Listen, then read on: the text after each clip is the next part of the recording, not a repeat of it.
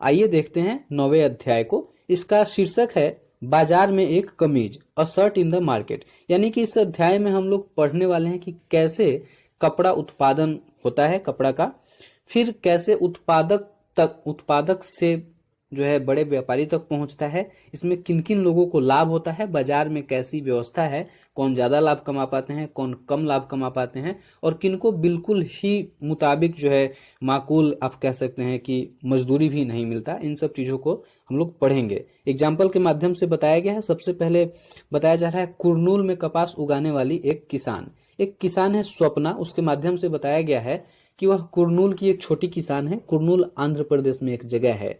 क्या होता है कि उसे अपने छोटे से खेत में कपास उगाने के लिए पैसा नहीं है, तो उसने अपने गांव के स्थानीय व्यापारी से ब्याज दर पे पैसा लिया। ब्याज दर पर तो लिया ही, साथ ही व्यापारी ने यह शर्त रख दी कि जब तुम अपना खेती करोगी, अपने जो है रुई का फसल उगाओगी, तो सारा रुई मुझे ही बेचोगी। अब वह क्या हो गई, बंध गई एक तरीके से। जब उसने खेती की, रुई उगाया, पैदावार हो जाने पे उसने क्या किया, व्यापारी से सारी रुई बेच दी। व्यापारी ने मतलब प्रचलित मूल्य से कम ही पैसा दिया, फिर भी उसने विरोध नहीं किया। विरोध नहीं करने का कारण यह है कि वह व्यापारी उसके गांव का है। गांव का व्यापारी होने से क्या है कि इमरजेंसी में वह उसका मदद करेगा। अगर मान लो अभी स्वप्ना क्या करती, विरोध कर देती, कहती कि या तो इतना पैसा दो या मैं नहीं दूंगा, तो क्या होता कि वह व्यापारी उस समय तो मान जाता, हो सकता है नहीं भी लेता, लेकिन बाद में किसी इमरजेंसी के सिचुएशन में, आपातकाल में क्या करता, वो स्वप्ना की मदद कभी नहीं करता। तो गांव वाले सिक्योरिटी के लिए क्या करते हैं, छोटे छोटे लाभ को लेने से छोड़ देते हैं, या यूं कहे कि वह वंचित हो जाते हैं इस कारण से। ठीक है, तो यह एक स्थिति बताया गया है आपके सामने कि गांव में कैसे जो है शोषण होता है। यह भी एक शोषण का रूप है, भले ही लोग खुद से इस बात को स्वीकार करें, उनकी मजबूरी है, अपने सिक्योरिटी के लिए इस शोषण को स्वीकार करते हैं। बताया जा रहा है कि ग्रामीण क्षेत्र में किसान या गरीब परिवार अनेक तरह के काम के लिए क्या होता है, स्थानीय व्यापारी पर निर्भर रहते हैं। वही बात, कुरनूल की कपास मंडी में व्यापारी कपास बेचता है, जिनिंग मिलें कपास खरीद लेती हैं और कपास के बीज हटाकर उसे दबाकर कपास के गट्ठर बनाती हैं। अब जो यह व्यापारी कपास खरीद लेगा, वह क्या करेगा, जिनिंग मिल में उस कपास को बेच देगा। यह एक प्रोसेस भी आपको बताया जा रहा है कि कैसे कपास से कपड़ा बनता है। सबसे पहले किसान क्या किया, रुई उगाया, कपास उगाया, कपास को क्या किया, व्यापारी खरीद लिया, फिर जिनिंग मिल में लाके बेच दिया। जिनिंग मिल का काम है कि कपास का जो रुई होता है उसमें बहुत सारे वे बीज होते हैं, तो उसको बीज को निकाल के और एक गट्ठर बना देगा, एक साथ सबको जोड़ देगा। जिनिंग मिल इतना काम कर देगा। जिनिंग मिल के इतना काम करने के बाद क्या होगा, सूत काटने वाली जो मिलें हैं वह उस गट्ठर को खरीद के ले जाएंगी और इसके बाद इससे धागा बना देगी, पतला पतला धागा बना के, और उसको ऐसे ऐसे ऐसे ऐसे लपेट देगी। इसका काम ये होता है। मतलब आपको एक प्रोसेस समझाया जा रहा है कि कपड़ा बनता कैसे है। फिर उस धागे से क्या होगा, जो कपड़ा व्यापारी होते हैं, जो बुनकर होते हैं, वह उससे कपड़ा बनाते हैं प्लेन। और प्लेन कपड़ा बनने के बाद क्या होता है, देखिए प्रोसेस समझ जाइए। सबसे पहले एक आसान सा कॉन्सेप्ट में समझाता हूं। सबसे पहले क्या करेगा, किसान उत्पादन करेगा कपास का, उस कपास को व्यापारी खरीद लेगा, व्यापारी जिनिंग मिल को बेच देगा, जिनिंग मिल उस कपास से बीज को अलग कर देगा और छोटे छोटे गोले होते हैं चूंकि रुई के, तो सबको मिला के एक गट्ठर बना देगा। उस गट्ठर को सूत काटने वाला मिल खरीद लेगा, फिर इससे धागा बना देगा। अब इस धागा को क्या किया जाएगा, बुनकर द्वारा कपड़ा का रूप दे दिया जाएगा। तो वह कपड़ा कैसा बनेगा, प्लेन कपड़ा। अब इस प्लेन कपड़े को व्यापारी खरीद के ले जाके मार्केट में, शहर में जो है मिल में बेच देगा, कारखाना में बेच देगा, और इस कारखाने में क्या होगा, यह कपड़ा पैंट या शर्ट का रूप ले लेगा। समझ गए, तो यही प्रोसेस होता है, ऐसे ही कपड़ा बनता है।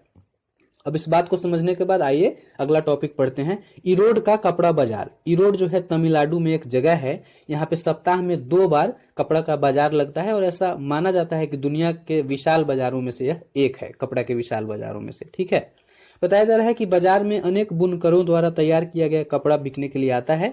बहुत सारे बुनकर ऐसे हैं जो व्यापारियों के ऑर्डर के अनुसार कपड़ा बनाते हैं। यह तो हर मार्केट में ऐसा काम होता है कि जैसा जो है उनको ऑर्डर दिया गया उसके अनुसार वह काम करके आएंगे। बताया जा रहा है कि व्यापारी क्या करते हैं, ये जो सूत बन जाता है, धागा बन जाता है, इस धागे को खरीद कर लाते हैं और बुनकरों को देकर निर्देश दे देते हैं कि तुम मेरे लिए ऐसा कपड़ा बना देना। फिर वह जो व्यापारी कपड़ा ले जाते हैं, ले जाकर देश और विदेश के वस्त्र निर्माताओं या निर्यातकों को बेच देते हैं, मतलब उनको दे देते हैं, इससे उनको लाभ होता है। यहाँ एक व्यवस्था के बारे में बताया जा रहा है, दादन व्यवस्था, पुटिंग आउट सिस्टम। यह बहुत ही प्रचलित व्यवस्था है, इसको आप समझ लीजिए, याद रखिएगा कौन सा व्यवस्था, दादन व्यवस्था। दादन व्यवस्था जो है व्यापारी और बुनकर के बीच की एक व्यवस्था है। इस व्यवस्था में व्यापारी क्या करता है कि धागा खरीद कर बुनकरों को ले जाकर दे देगा और अपने मन के अनुसार, मर्जी के अनुसार बता देगा कि तुम मेरे लिए इस धागे से ऐसा कपड़ा तैयार कर दो। इस व्यवस्था में दोनों को कुछ लाभ है, ठीक है, व्यापारी को तो लाभ ही है, बुनकर को कुछ लाभ है तो कुछ हानि भी। व्यापारी को लाभ ये है कि उसको आसानी से अपने मर्जी के अनुसार कपड़ा मिल जाएगा और लाभ तो वो कमा ही लेगा शहर में कारखाना में उस कपड़े को बेचकर। बुनकर को लाभ ये है कि उसको अपना पैसा नहीं फंसाना पड़ा, यानी कि कपड़ा बनाने के लिए खुद से धागा नहीं खरीदना पड़ा, या ये नहीं सोचना पड़ा कितना कपड़ा बना के रखे, पता नहीं बिकेगा या नहीं बिकेगा। अगर व्यापारी ऑर्डर देता है, खुद धागा ला के देता है, तो वह टेंशन से मुक्त है, अपना पैसा भी नहीं फंसाना है और माल का भी टेंशन नहीं, कितना बनाना है, जितना बताया जाएगा उतना बना देगा, आसानी से बिक जाएगा।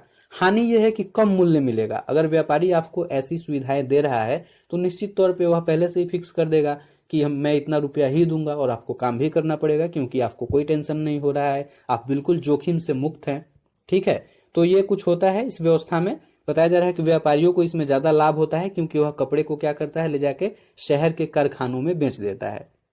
अब एक इस जो है इसमें जो बुनकरों को लाभ नहीं हो पा रहा है, तो इस लाभ को बनाए रखने के लिए एक व्यवस्था है, बुनकर सहकारी संस्थाएं, वीवर्स कोऑपरेटिव। इसमें क्या होता है कि कुछ बुनकर लोग मिलके आपस में संस्था का निर्माण कर लेते हैं। जैसे अगर 20 बुनकर हैं किसी क्षेत्र में, वो आपस में मिल जाएंगे, वो कहेंगे कि किसी भी व्यापारी को हम अपने क्षेत्र में नहीं आने देंगे। व्यापारी मुख्यतः क्या है, बिचौलिए का काम कर रहा है। बुनकर कपड़ा बना रहा है, उस कपड़े की जरूरत डायरेक्ट उस कारखाने को है, उस कंपनी को है जहां उस कपड़े से शर्ट या पैंट बन रहा है, लेकिन व्यापारी बीच का काम कर रहा है, शहर से गांव में आ रहा है, कपड़ा बनवा ले रहा है, ले जाके वहां बेच दे रहा है और बहुत अधिक पैसा कमा ले रहा है।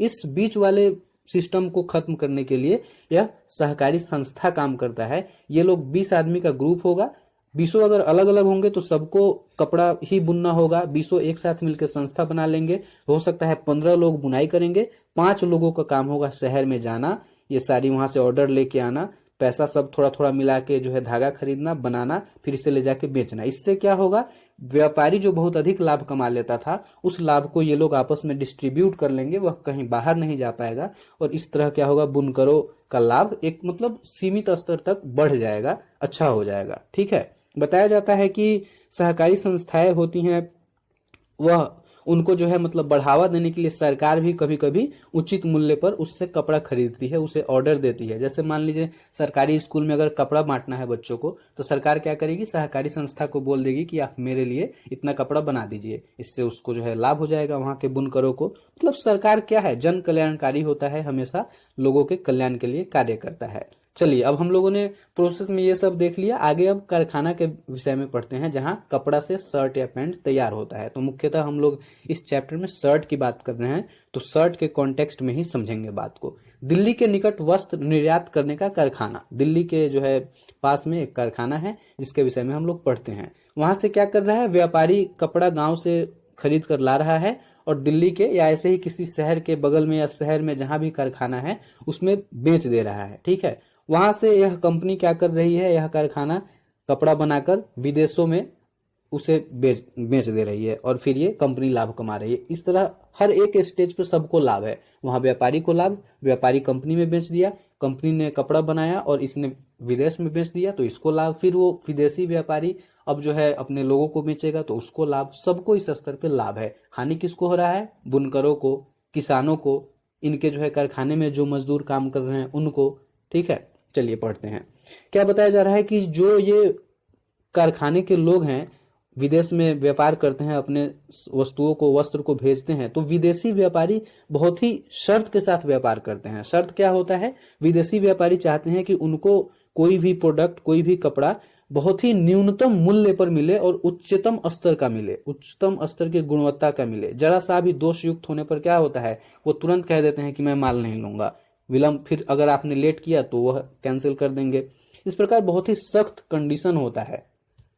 वस्त्र निर्यात कारखाना जहां तक संभव होता है क्या करता है कि मजदूरों को न्यूनतम मजदूरी देकर अधिकतम लाभ लेता है। इस तरह वे अपने साथ साथ विदेशी व्यवसाय का लाभ बढ़ाते हैं। देखिए यहाँ भी क्या हो गया, जो लोग निचले स्तर पे हैं उन्हीं को मजदूरी जो कर रहे हैं उनको कम से कम पैसा दिया जा रहा है और कहा जा रहा है कि ज्यादा से ज्यादा काम करो। अगर आप काम नहीं करोगे तो लोगों की कमी है नहीं, भीड़ तो है ही अपने देश में, तुरंत हटाएंगे, दूसरे को लेंगे, क्योंकि उतने ही पैसे में दूसरा कोई काम करने के लिए तैयार है। इस प्रकार क्या होता है, यहाँ के जो कारखाने के मालिक हैं वे तो पैसा कमा ही रहे हैं, साथ साथ विदेश में जो सस्ता चीज भेज रहे हैं वहां जाकर वह पैसा और अधिक कमा ले रहा है। चलिए अब विदेश का थोड़ा सा हाल जान लेते हैं। एग्जाम्पल के रूप में यूएसए की बात की गई है, संयुक्त राज्य अमेरिका की, कि वही कमीज संयुक्त राज्य अमेरिका में जाकर 1200 रुपए में बिकता है, यानी कि 26 यूएस डॉलर में। अब देखिए बताया जा रहा है कि 200 में इस विदेशी व्यापारी ने दिल्ली के उस वस्त्र निर्यात से खरीदा था वह कपड़ा और बेच रहा है कितने में, 1200 में। चूंकि 200 में खरीदने के बाद उसने क्या किया, मंगाने में, विज्ञापन करने में, स्टोर करने में 400 और खर्च किया, यानी कि कुल उसका खर्च हुआ 600 खर्च करके उसने 1200 में उस प्रोडक्ट को बेचा, यानी कि दोगुना लाभ कमा रहा है। और इस दिल्ली के व्यापारी को कितना लाभ हुआ, इससे टोटल खर्च हुआ था बनाने में 100 रुपया और इसने 200 में बेच दिया था, यानी कि यहाँ 100 रुपया या एक कपड़े पे यह दिल्ली का व्यापारी भी कमा रहा है, कारखाना वाला भी कमा रहा है।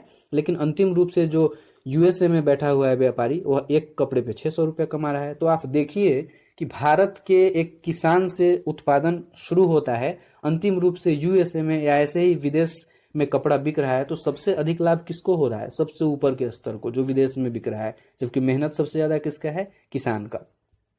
ठीक है, चलिए तो यहाँ अब एक बात बताई जा रही है कि बाजार में कौन से लोग हैं जो लाभ कमा रहे हैं। तो बाजार में क्या होता है, बाजार के इस श्रृंखला में हर कड़ी पर खरीदना और बेचना लगा हुआ है, और इस श्रृंखला में आपने देखा कि विदेशी व्यवसायी, वस्त्र निर्यातक, व्यापारी, ऐसे ही कुछ लोग क्या करते हैं, बहुत कम मेहनत करके बहुत अधिक लाभ कमा पाते हैं, और बहुत ज्यादा मेहनत करने के बाद भी किसान, बुनकर या जो कामगार हैं उनको अधिक से अधिक लाभ नहीं मिल पा रहा है। अंतिम वही अपना टॉपिक है जो पॉलिटी से कोरिलेट करता है कि मार्केट में, बाजार में समानता क्या है, इक्वालिटी क्या है।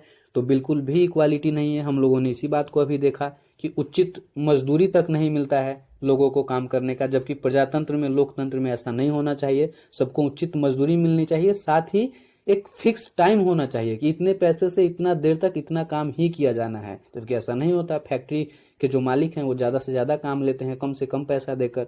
बाजार में क्या है, धनवान और शक्तिशाली लोग प्रायः सर्वाधिक कमाई करते हैं, क्योंकि उनके पास पैसा है, वो जाएंगे धागा खरीद लेंगे, आकर जो है कामगारों को क्या करेंगे,